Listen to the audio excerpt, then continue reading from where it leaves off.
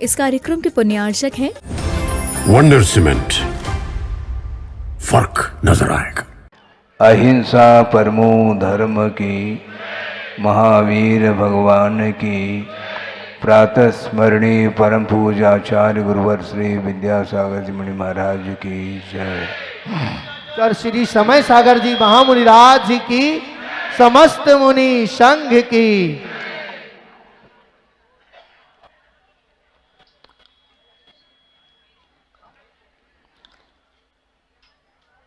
संसार का निर्माण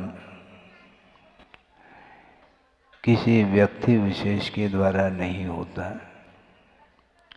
किंतु अपने आत्मगत ऐसे परिणाम होते हैं जिन परिणामों के माध्यम से ही चतुर्गति में संसारी प्राणी अर्जित कर्मों का जो फल है उसको भोगने के लिए चला जाता है। किसी व्यक्ति के ऊपर आरोप नहीं जाता। ये जैन दर्शन है, ये इतना सूक्ष्म है, वह किसी को भी अपराधी नहीं मानता। कोई दूसरा अपराधी नहीं होता। अपने जो परिणाम हैं उन परिणामों के माध्यम से वह जेल चला जाता है। संसार में है क्या? हमारा भारत स्वतंत्र हुआ है, ठीक मैं मानता हूँ। व्यवहार की भूमिका में कह दो, कोई बाधा नहीं, किंतु प्रतिपल संसारी प्राणी परतंत्रता का अनुभव कर रहा है। कर्माधीन जीवन जब तक चलेगा तब तक वह शरीराश्रित जो कुछ भी सुख और दुख है उसका संवेदन करता है, आकर्षित होता चला जाता है। यहाँ तक कि उसको ये भान नहीं रहता कि मेरे लिए कौन सा कर्तव्य है, कौन सा अकर्तव्य है, मेरे लिए कौन सा उपयुक्त कार्य है, कौन सा अनुपयुक्त है, इसका भान नहीं रहता है और वह करता चला जाता है। इसी को आचार्यों ने ये कहा है, ये अज्ञात नहीं माना जाता है। व्यवहार की भूमिका में लौकिक क्षेत्र में उसको अज्ञात माना जा रहा है, जिससे जो परिचित नहीं है। मुझे ज्ञात नहीं, इसका नाम अज्ञात, ये आगमकारों का वचन नहीं। आगमकार ये कहना चाहते हैं अज्ञात किसको बोलते हैं? अज्ञात उसको बोलते हैं मदात प्रमादात वा अनवबुद्ध प्रवृत्ति अज्ञातम, ऐसा कहा पूजपा स्वामी ने। मद के कारण यानी उन्मत्तता के कारण और प्रमाद के कारण बिना सोच विचार किए जो प्रवृत्ति की जाती है उसका नाम अज्ञात कहा।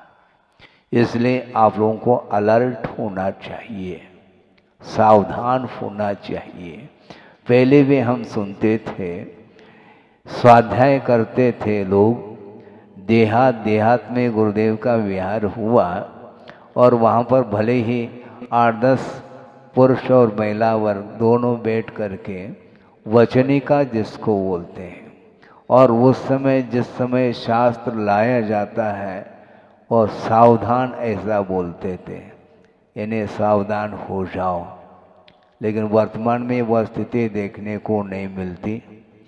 धर्म सभा में भी मोबाइल का प्रयोग आम तौर से हो रहा है। आपके मुख किस तरफ है? महाराज आपकी ओर है। मैं मानता हूँ आपका मुख तो मेरी ओर है, किंतु आपका मन किस ओर है भगवान जानते हैं। इसीलिए मन के माध्यम से निरंतर वह भाव उत्पन्न होते रहते हैं और उसके माध्यम से ही प्रतिपल कर्म का आश्रय होता है, बंद होता है और बंधन का अनुभव करने वाला संसारी प्राणी स्वतंत्रता का अनुभव कैसा कर सकता है? संभव नहीं है। इसलिए बहुत अल्प समय कल से व्यवस्थित होंगे, क्योंकि हम ही व्यवस्थित नहीं थे। थोड़ी संघ में थोड़ी सी चर्चा करनी थी, उसमें समय थोड़ा सा लगा, विलंब हुआ, वह भी आवश्यक था। और कल से समय पर आप लोग आएंगे और गुरुदेव की अर्चना के साथ थोड़ा सा उपदेश धर्म की चर्चा आपके बीच में होगी। तो मैं ये कह रहा था कि वस्तुतः संसारी प्राणी जिसने अतीत में ऐसा कोई विशिष्ट पुण्य का अर्जन किया है, जिसके फलस्वरूप ये मनुष्य पर्याय मिली है, और इसका यदि सदुपयोग करेंगे तो मनुष्य जीवन की सार्थकता सिद्ध होती है। ऐसे भी संसार में जीव हैं जिन्हें सोच विचार करने के लिए दिमाग नहीं है, जिसको असंगी बोलते हैं। एकेंद्रीय से लेकर के असंगी पंचेंद्रिय तक विचार विमर्श करने की शिक्षा इत्यादि को प्राप्त करने की क्षमता, योग्यता उसके अंदर नहीं होती। उनके लिए कौन उपदेश दे सकता है? वह उपदेश सुन नहीं पाएंगे। असंगी पंचेंद्रिय के पास यद्यपि वह कान है, ध्वनि तो आती है उसको सुनने में, किंतु उसका क्या मीनिंग है, उसका क्या अर्थ है, उससे उसको कोई प्रयोजन नहीं है। और आपके पास माइंड है, भले ही माइक आपके पास नहीं है। मेरे पास माइक भी है और माइंड भी है, लेकिन ये ध्यान रखो, आपके पास माइंड ही नहीं, माइंडेड हैं आप। माइंडेड का अर्थ कुछ विशेष होता है। हाँ, विशेष जो है जानने की क्षमता जो रखता है, एजुकेटेड पर्सन जिसको बोलते हैं। तो ऐसे स्थिति में भी संसारी प्राणी सांसारिक कार्यों से वह उभर नहीं पा रहा है, निरंतर वह उसमें उलझा हुआ है। और सुलझाने के लिए भगवान के सामने हाथ जोड़ता है, सुलझाओ भगवान, भजन भी चालू कर देता है। वो आप उलझते चले जाए और भगवान सुलझाने के लिए बैठे हैं क्या? है उलझो आप और वो सुलझाएं, ये बात नहीं बनती। किंतु भगवान ने जो कहा है उसके अनुरूप, अपनी शक्ति और सामर्थ्य के अनुरूप यदि हम अपने जीवन में धर्म के लिए स्थान देते हैं, तो निश्चित रूप से आपके जो आत्मगत परिणाम है, जो विशुद्धतम परिणाम है, उनके माध्यम से आपका उद्धार होने वाला है। संसारी प्राणी का उद्धार और उसका पतन अपने परिणाम के द्वारा। ये बात अलग है कि संसार से ऊपर उठाने के लिए सच्चे देव, गुरु, शास्त्र, इनका आलंबन भी लिया जाता है और इनके निमित्त से अपना विकास होता है। किंतु अतीत अनंत काल में इस प्रकार मनुष्य पर्याय जो मिली, अनंत बार मिल चुकी वह पर्याय, किंतु अभी भी इसी धरती पर हम घूम रहे हैं। हाँ, अतीत अनंत काल में अनंत तीर्थंकर हुए हैं बंधुओं, ये ध्यान रखो। उन अनंत तीर्थंकरों का नाम है यहाँ पर, क्यों? लेकिन होड़ है नाम की, भारी समस्या है, बहुत बड़ी समस्या हो गई। नाम क्या है? नाम के पीछे क्यों? केवल व्यवहार चलाने के लिए नामकरण की आवश्यकता होती है, इतना ही उसका अर्थ होता है, प्रयोजन होता है। किंतु उसका धार्मिक क्षेत्र में भी प्रतिष्ठा, प्रेस्टीज पॉइंट बना लेता है। ये प्रतिष्ठा क्या है? भगवान की प्रतिष्ठा करो, स्वयं की प्रतिष्ठा की फिक्र मत करो, ये ध्यान रखो। और सूर्योदय देखा, कल आकर के अवलोकन किया, अच्छा लगा। बहुत ही वह दृश्य देख करके ऐसा लगता है कि इसको करने वाले जो पुण्यार्जक होंगे वो अपने आप में उनका भी बहुत बड़ा पुण्य, तीव्र पुण्य जिसको बोलते हैं, उस क्वालिटी का पुण्य सबको हो अनिवार्य नहीं। लेकिन ये ध्यान रखें, भले आप जिनालय बनाओ, जिनबिंब स्थापित करो या नहीं करो, किंतु जो कर रहे हैं उनका जो पुण्य, जो तीव्र पुण्य का उदय है, उसके माध्यम से सबका पुण्य जागृत हो रहा है। क्योंकि जिनालय का निर्माण करके जिनबिंब को स्थापित करेंगे तो केवल छिंदवाड़ा ही नहीं, पूरे देश के लोग आएंगे, दर्शन करेंगे, पूजन अर्चन करेंगे, अभिषेक करेंगे, अपने परिणामों को निर्मलतम बनाएंगे। इसमें किसका हाथ है? आप ही लोगों का तो हाथ है? हाँ, बिल्कुल ठीक है, बहुत अच्छा काम किया। इसको बोलते हैं धर्म की आराधना करने के लिए अवसर मिलता है और इसका उपयोग अच्छे ढंग से कर लेना चाहिए। तो मैं ये कह रहा था कि ये मनुष्य जीवन मिलने के उपरांत भी जो उच्च कुल का मिलना, देवगुरु शास्त्र का समागम प्राप्त करना और निरोग शरीर का मिलना और दिव्य देशना को सुन करके अपने जीवन को तदनुरूप ढालने का जो पुरुषार्थ है, वह आप लोगों के लिए वह उपयुक्त पुरुषार्थ का अवसर प्राप्त हुआ है। बड़ी विचित्र अनंत तीर्थंकर किसको बोलते हैं? वो समय भी हम और आप थे और अभी भी हैं, और अनंतों की संख्या वहां पर, कहाँ पर? सिद्धालय में। अनंतानंत सिद्ध परमेश्वरी जिनकी हम परोक्ष रूप से आराधना कर रहे हैं, वैसे उनकी आराधना हमेशा परोक्ष रूप से इसलिए होती है क्योंकि वह अमूर्त स्वभाव को प्राप्त कर चुके हैं और हम और आपके बीच में उनका पुनः उनका यहाँ पर आगमन संभव नहीं है। पंच कल्याणक में आप दृश्य देखते हैं, केवल ज्ञान हो जाता है प्रभु को, उसके बाद निर्वाण कल्याण के दिन भी आप दृश्य देख सकते हैं। अरहंत परमेष्ठी अब निर्वाण को प्राप्त कर गए, वहाँ पर कुछ अवशेष देखने को नहीं मिलता, स्वभाव को उपलब्ध कर जाते हैं। तो आपका लक्ष्य क्या है? आखिर जिनालय बनाने जा रहे हैं, बहुत अच्छी बात है, इसके पीछे क्या लक्ष्य है? लक्ष्य होना चाहिए, निरुद्देश्य नहीं होता, उद्देश्य यही होता है, होना चाहिए कि जो कुछ भी धर्म की आराधना हम कर रहे हैं, इसके पीछे एक ही मात्र लक्ष्य है, कर्मों की निर्जरा, कर्म का क्षय। कर्म क्षय के उद्देश्य को लेकर के जो कुछ भी हम धार्मिक अनुष्ठान करते हैं, उसके माध्यम से हमारा पाप धुल जाता है और पुण्य संचित हो जाता है, और उस पुण्य के माध्यम से ही हमारा मोक्ष मार्ग और आसान होता चला जाता है। कठिन तो है वो मोक्ष मार्ग, कठिन है।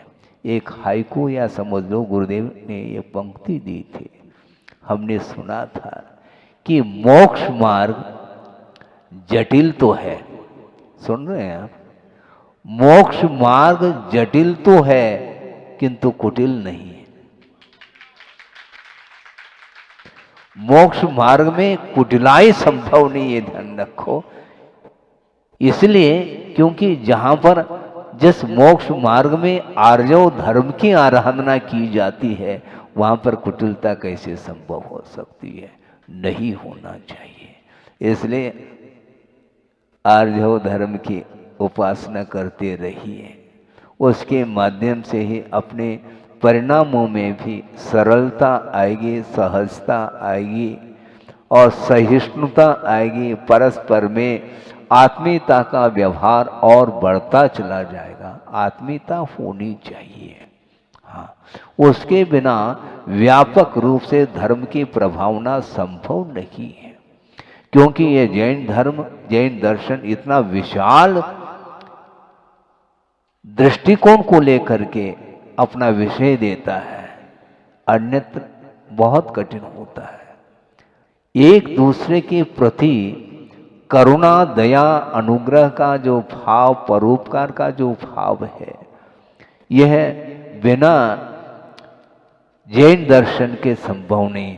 और जैन दर्शन का अर्थ ये नहीं समझना चाहिए ये जाति परक कोई धर्म है, नहीं, किंतु जिन्होंने अपने इंद्रियों को और कर्मों को जीत लिया है उसका नाम जिन है, और जिनके जो अनुयायी होते हैं उसका नाम जैन है। ये जैन धर्म की व्याख्या है। इसलिए बहुत अच्छा अवसर है, कल आना हुआ है, और देखो आप लोगों का कितना और पुण्य जागृत होता है? अच्छा, शीतकालीन, हमें तो अभी ठंड लग नहीं रही है। विहार करते आए और उसमें भी पसीना आ रहा था, हमने सोचा कि ग्रीष्मकालीन तो नहीं हो रहा है। कुछ भी हो, भाव आपके हैं, समय पर जितना होगा, समय जितना मिलना है मिलेगा। बाकी हम ये कहना चाहते हैं कि इस पर्याय को बहुत सार्थक बनाना चाहिए। इसलिए कह रहा हूँ कि वर्तमान में पाश्चात्य संस्कृति जो चारों ओर फैली हुई है, और नित्य नए जो अनेक प्रकार के जो संसाधन हैं भौतिक युग संबंधी, उसके माध्यम से संसारी प्राणी का पतन हो रहा है। उस पतन से बचाने का पुरुषार्थ आप लोगों को करना है। छोटे छोटे जो बच्चे हैं उनके ऊपर संस्कार क्या मिल रहा है, हम बताओ आप। खास तौर से माता पिताओं के ऊपर ही ये सारा सारा निर्धारित है। वो यदि अनुशासन में रखते हैं तो निश्चित रूप से परिवार बहुत अच्छे से चलेगा। किंतु धीरे धीरे पतन हो रहा है, होता ही चला जा रहा है। इसका कारण क्या, और कुछ नहीं, संसाधन बढ़ रहे हैं और स्वाध्याय की ओर जो रुझान है वह कम होता चला जा रहा है। स्वाध्याय करिए आप, कम से कम संस्कृत नहीं है तो हिंदी में लिखी हुई जो ग्रंथ हैं या जिसका अनुवाद किया है विद्वानों ने, उसका अध्ययन करिए आप। छड़ाला से प्रारंभ कर लो, कोई बाधा नहीं। छड़ाला में भी बहुत कुछ विषय, चतुर्गति रूप संसार का पूरा जो है चित्रण उसमें मिलता है। व्रतों का भी वर्णन किया है और देश व्रत महाव्रत का भी वर्णन मिलता है, और भी जो द्रव्य हैं, तत्व हैं, उसका भी विश्लेषण काफ़ी हद तक उसमें किया गया है। उसके माध्यम से, उसके स्वाध्याय करने से वस्तुतः अपना जीवन किस रूप में होना चाहिए और वर्तमान में किस रूप में चल रहा है, तुलनात्मक अध्ययन करने का आपको अवसर मिलेगा। इसलिए आप स्वाध्याय की परंपरा बनाए रखें, क्योंकि वस्तुतः देखा जाए पूजन अर्चन अभिषेक ये सारे होते और होना चाहिए, किंतु 24 घंटा मन जो इसके उपरांत भी बाहर दौड़ लगा रहा है तो उसमें थोड़ा सा नियंत्रण हो सकता है। महाराज, मन को कैसा नियंत्रित किया जाए? अच्छा, मन को नियंत्रण करना है। मन की गति जानते हैं आप? वो फ्लाइट से भी ज़्यादा है।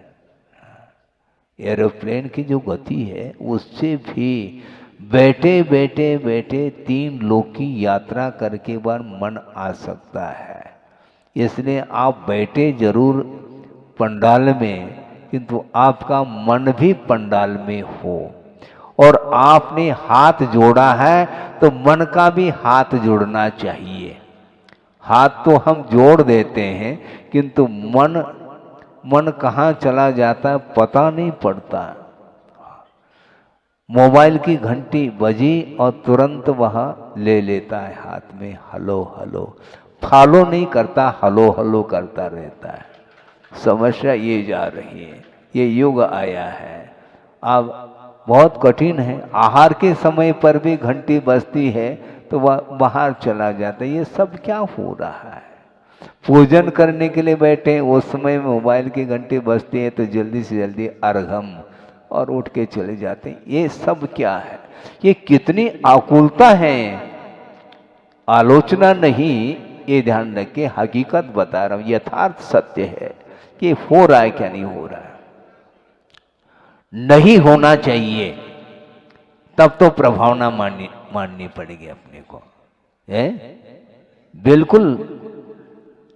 प्रभावना तभी 10-15 मिनट के लिए भी यदि मान लो आपका मन विश्राम नहीं ले रहा है, प्रभु की अर्चना करते समय, यहाँ तक मैं कहना चाहूँगा 2 मिनट में, कई बार हमने कहा और फिर से यहाँ पर आपके सामने कहना चाहता हूँ कि धार्मिक क्रियाएं किस ढंग से होनी चाहिए।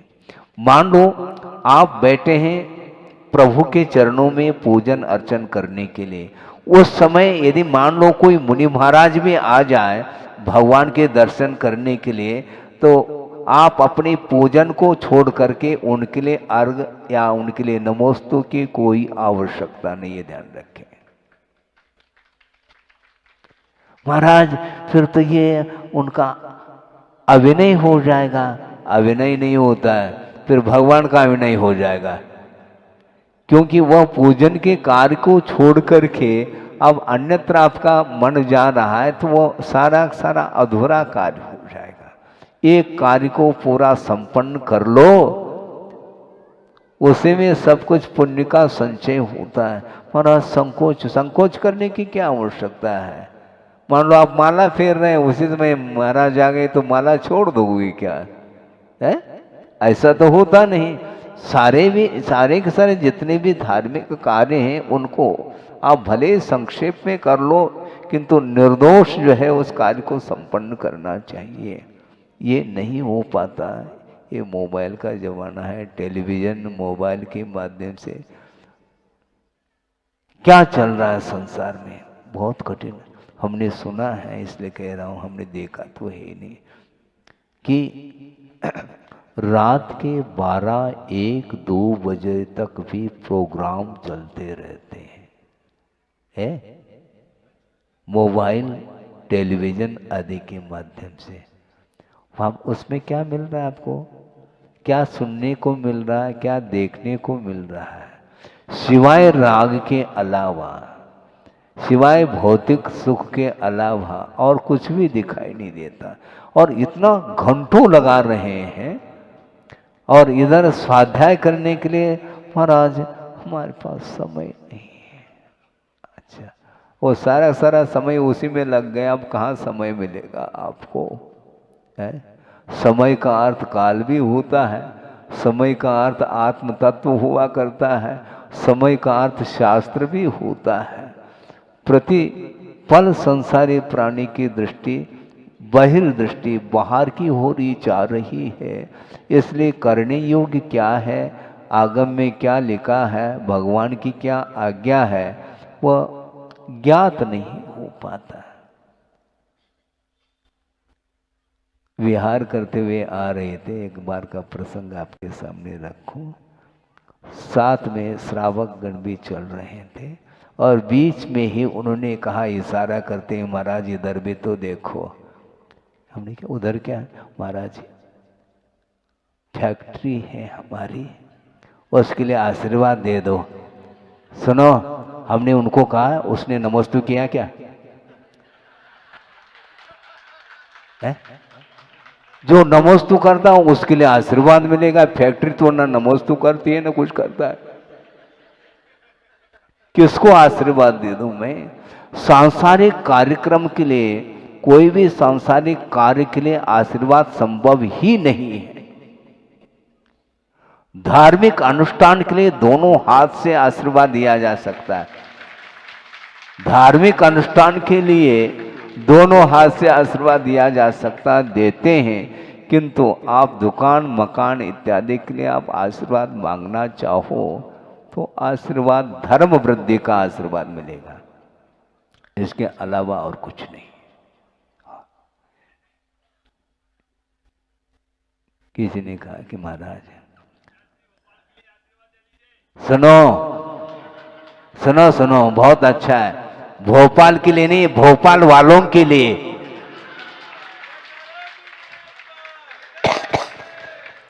स्थान विशेष से कोई प्रयोजन नहीं। कोई पूछता है तो आप क्या बोलेंगे? भारतीय। तो भारत में भोपाल भी तो है, अलग से क्यों है? भोपाल, भोपाल की ओर, भोपाल वालों के लिए सुनो, एक बहुत विचित्र दशा है।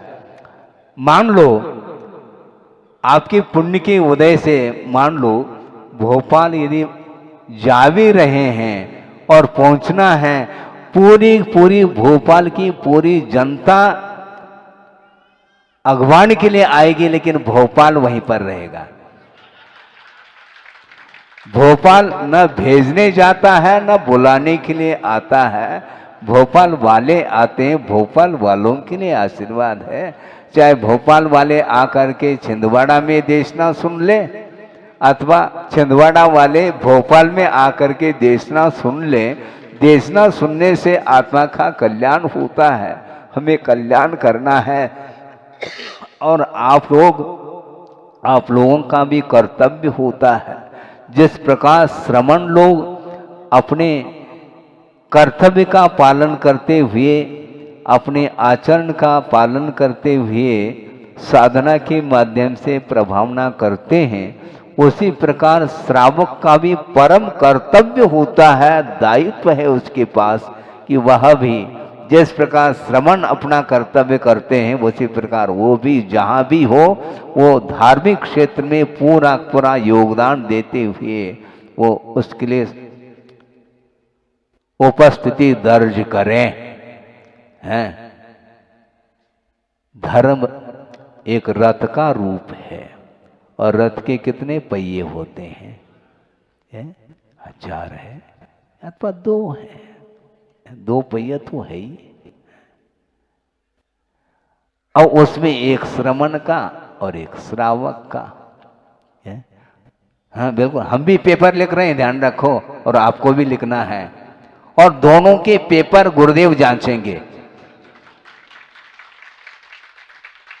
बिल्कुल, जहां कहीं भी हो, अपना दायित्व अपना कर्तव्य को नहीं भूलते हुए विश्व को धर्ममय बनाने के लिए कटिबद्ध होना चाहिए।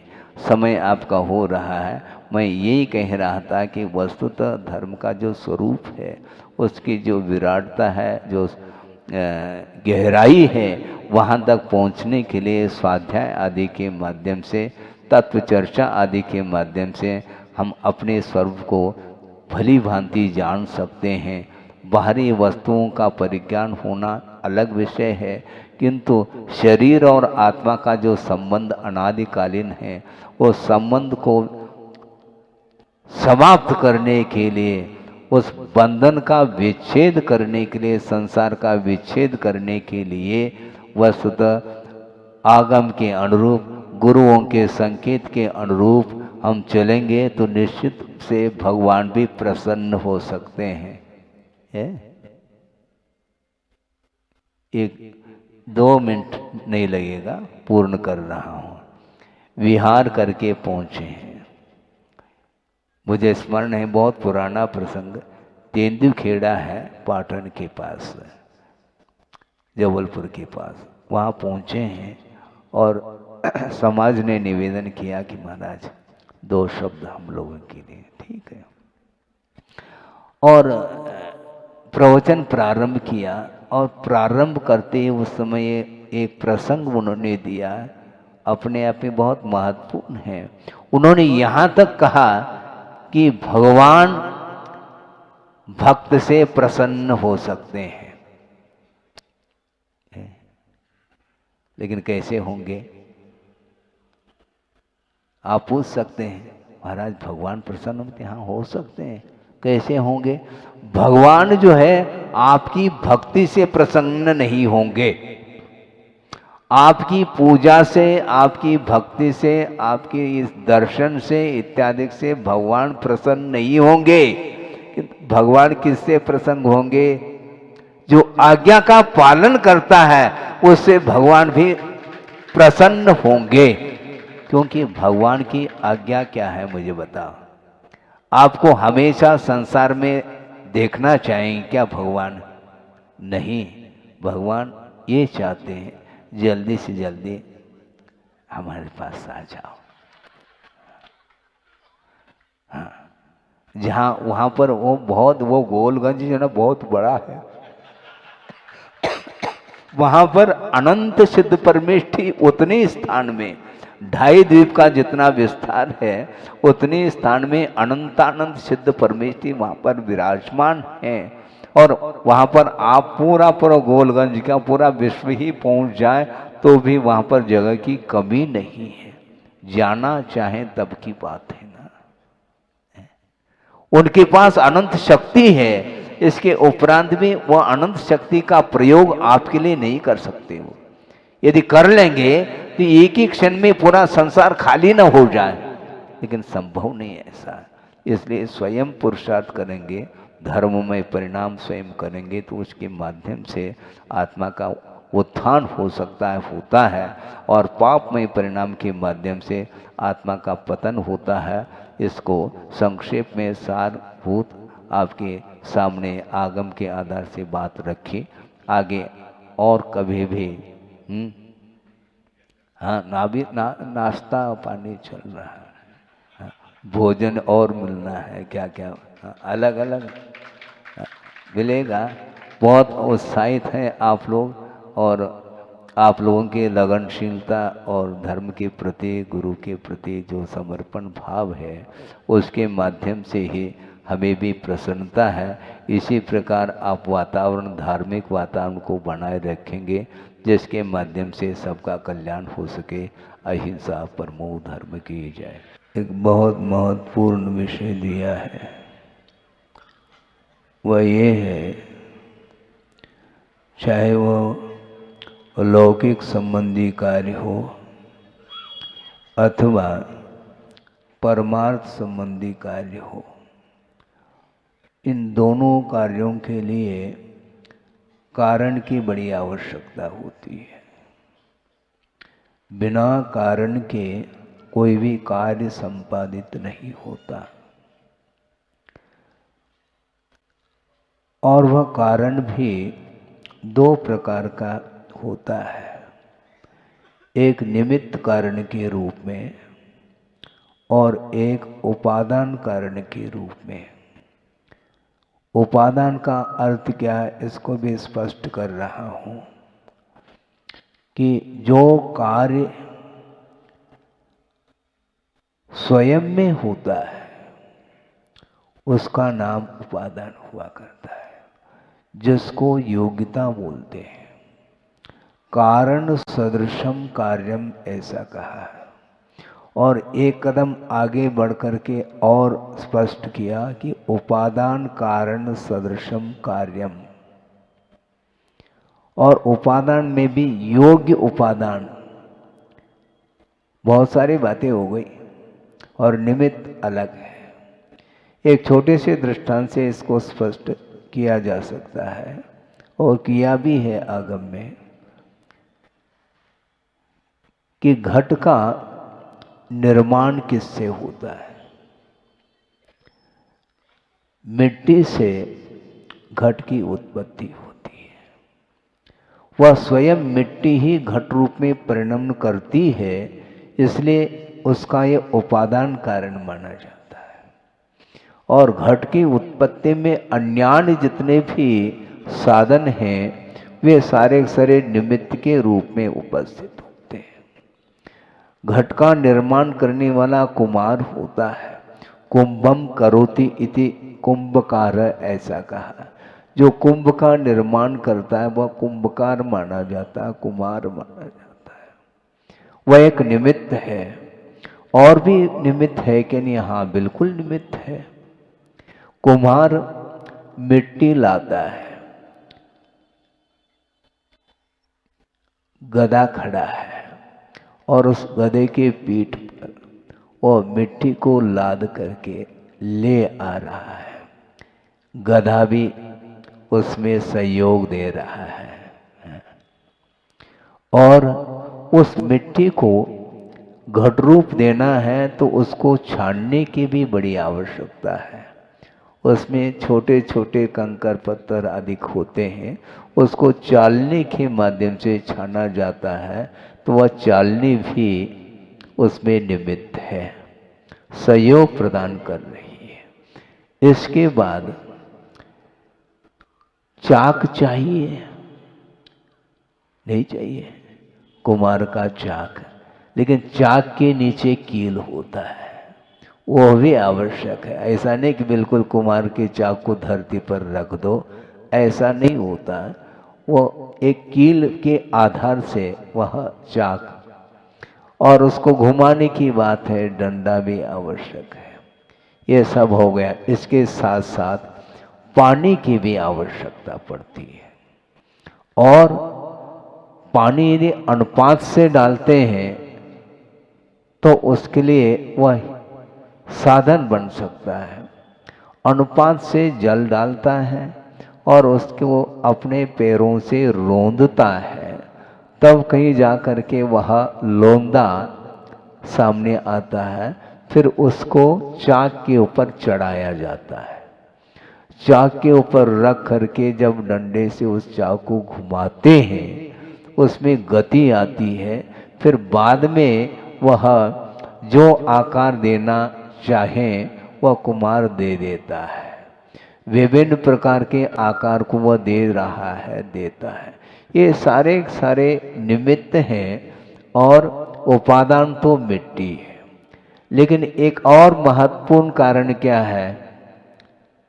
रह तो नहीं गया है? पूरे हो गए क्या? ध्यान है? और भी निमित्त है, काल।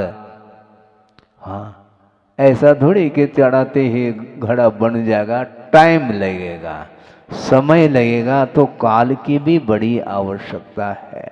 लेकिन काल अवधि के भरोसे पर रहोगे तो घट का निर्माण कभी भी नहीं होने वाला है, क्योंकि काल तो अमूर्त द्रव्य है, वह विद्यमान है। तुम घड़ा बनाओ चाहे नहीं बनाओ, काल तो विद्यमान है, किंतु समय पर कार्य होता है, समय के द्वारा नहीं होता है। मूल विषय पर मैं आ रहा हूं, ये दृष्टांत था। समय पर कार्य हो सकता है, करना चाहे तब की बात है। काल के द्वारा कार्य संपादित नहीं हुआ, किंतु समय पर कार्य होता है। तो इसलिए ये सारे सारे जितने भी निमित्त भूत साधन हैं, ये सब उपस्थित होने के उपरांत भी यदि मान लो मिट्टी नहीं है तो क्या कर लोगे? सुनो, ये कागज ने तो घड़ा फूट जाएगा है, अभी घड़ा बनाना है। हाँ बिल्कुल, सोचो विचार करो।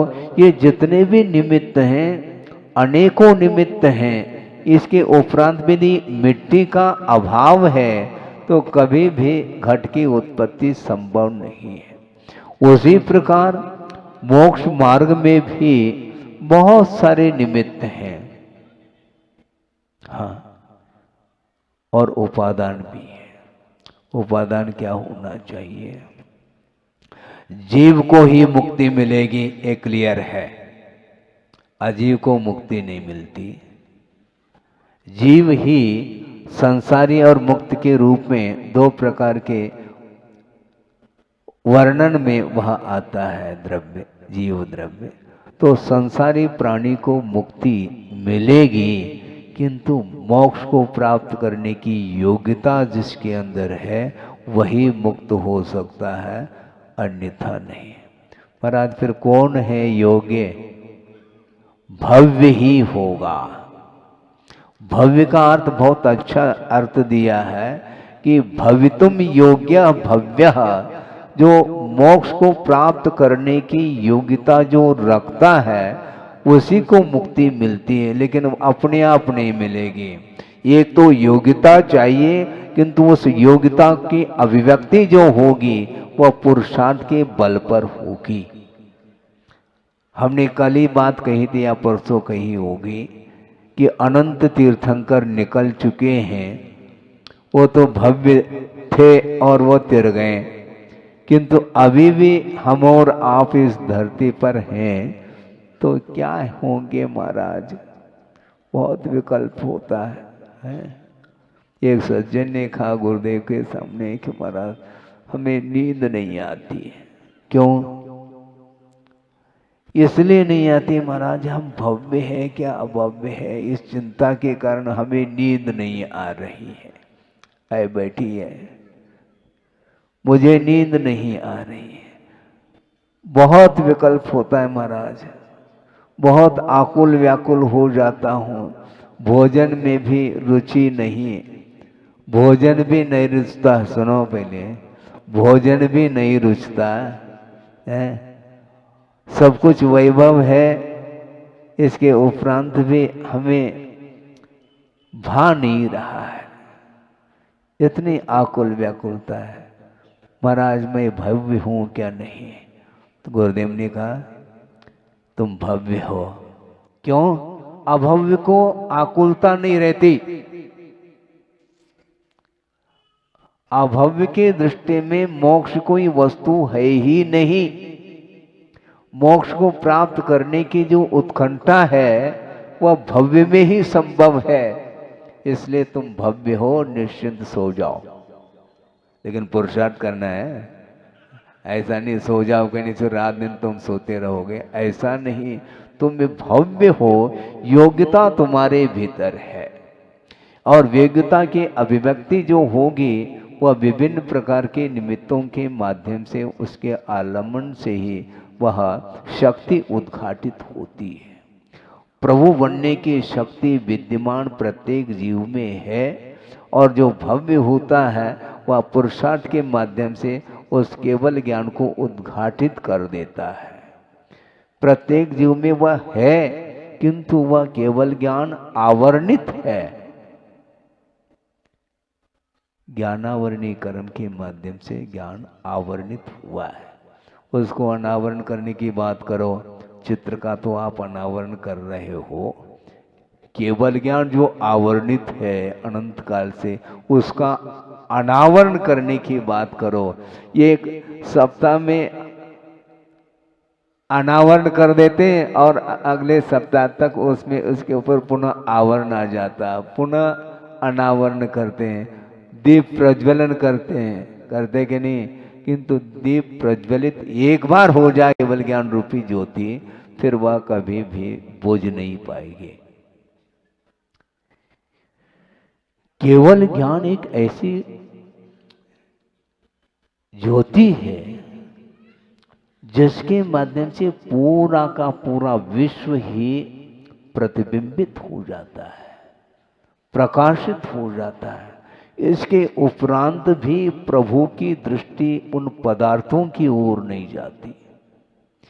जानने का उनके अंदर कोई विकल्प नहीं है, वह बिल्कुल निर्विकल्प है। विश्व को जानते हुए भी वो हर्ष और विषाद का अनुभव नहीं करते, किसी भी पदार्थ के प्रति उनका कोई आकर्षण नहीं होता। क्यों नहीं होता है? मोह का अभाव हो चुका है।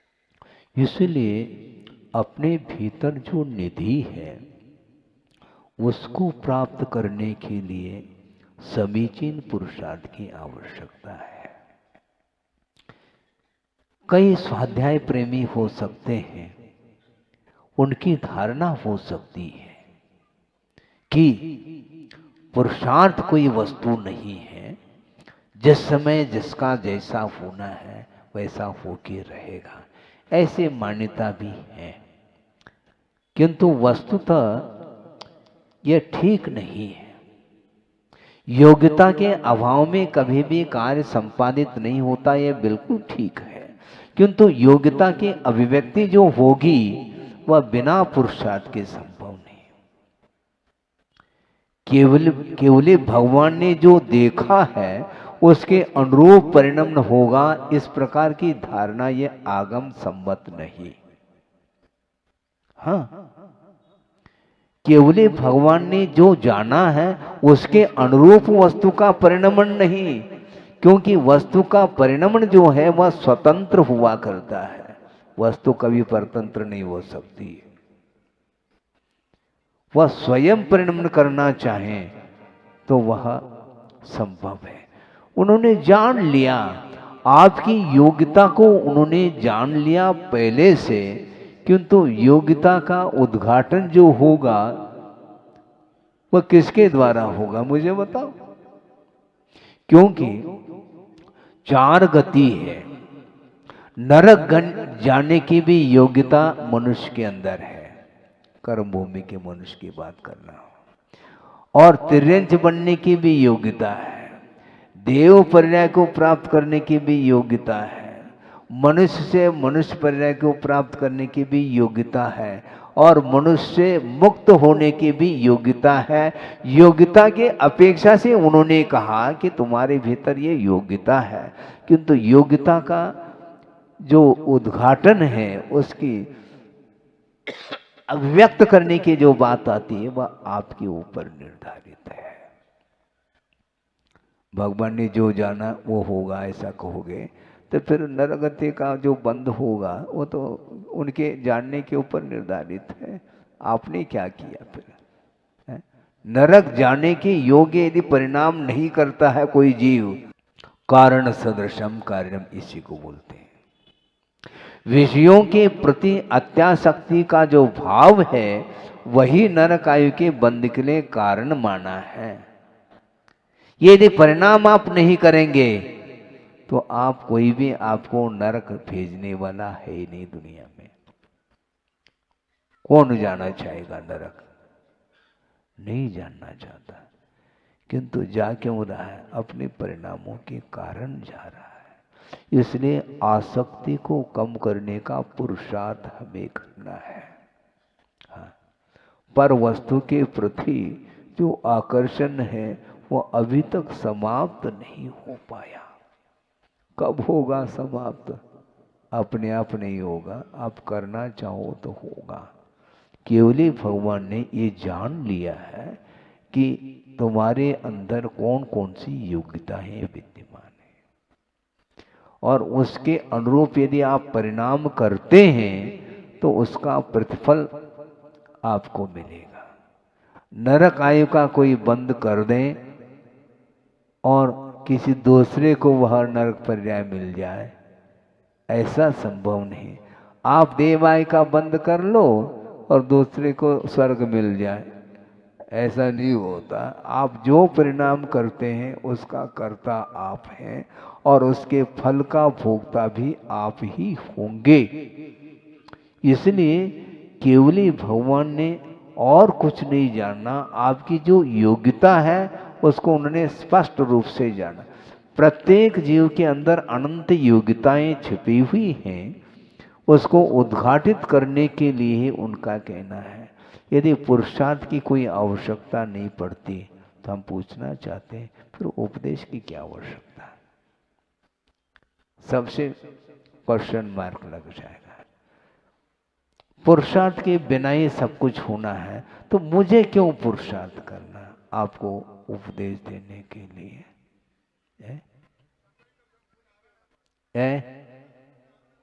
हाँ, नहीं योग्यता जिसकी जैसी योग्यता ऐसा बोलो ना, क्या दिक्कत है?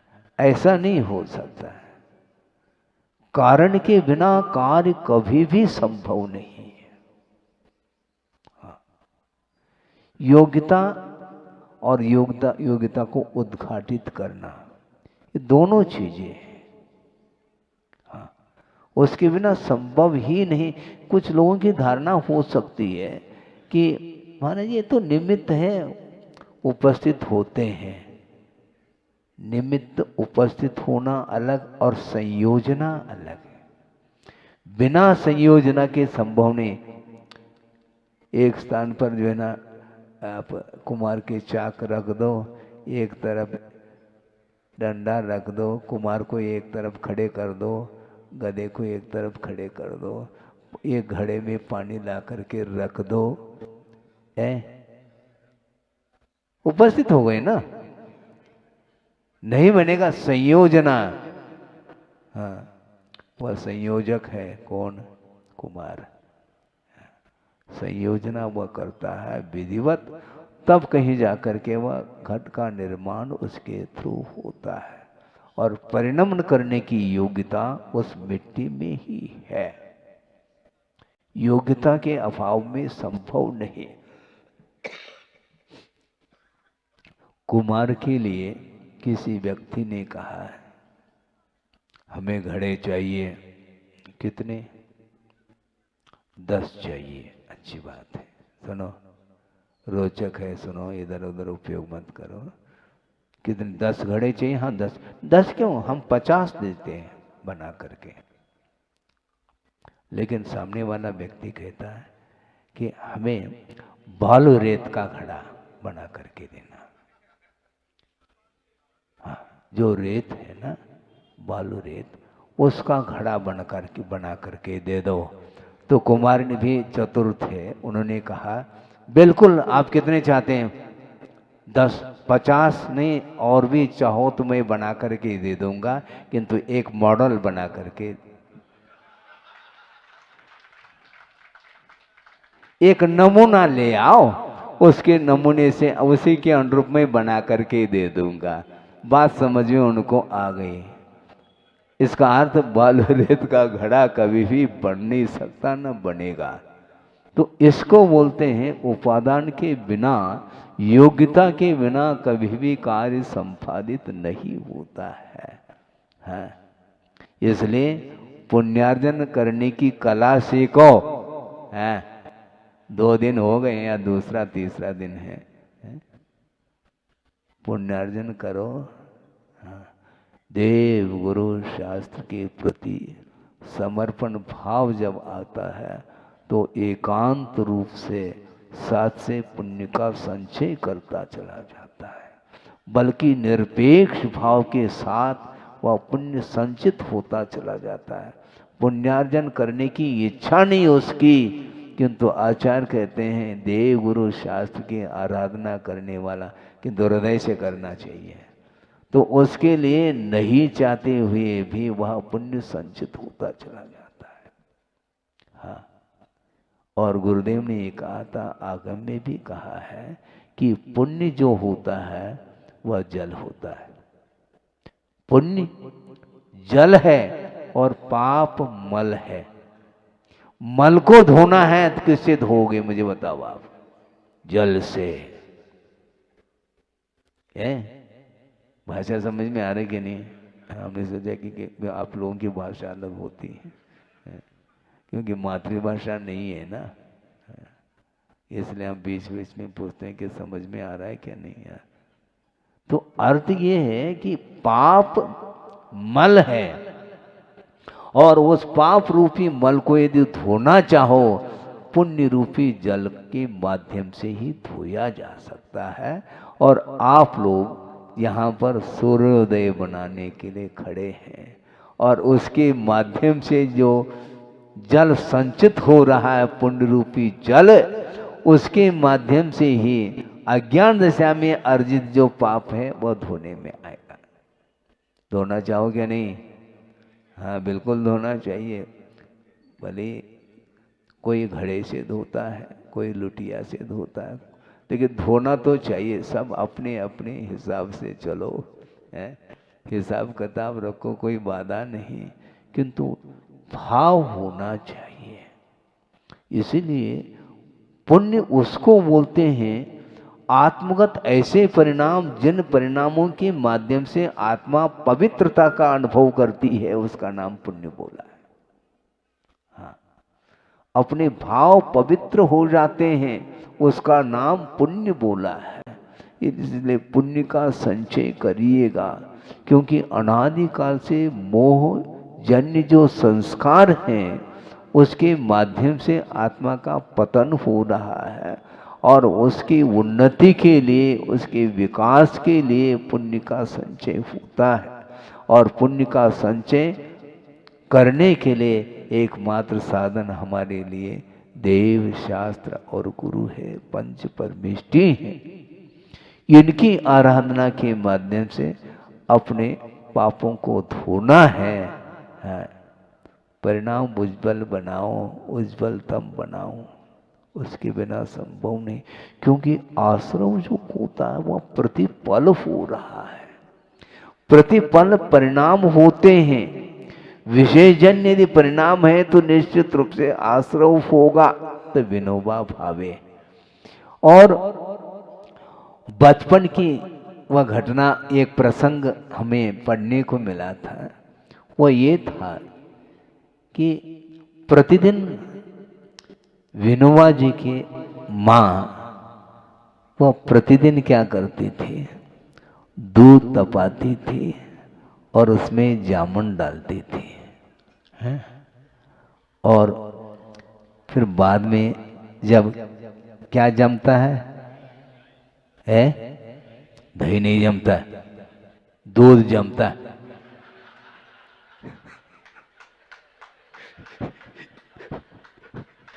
यही तो समस्या है। लेकिन ये जनपद सत्य हो गया है कि दूध जमता है, क्या दही जमता है? दही जमता है ऐसा बोलते हैं, जबकि वह दूध ही दही के रूप में परिवर्तित हो जाता है।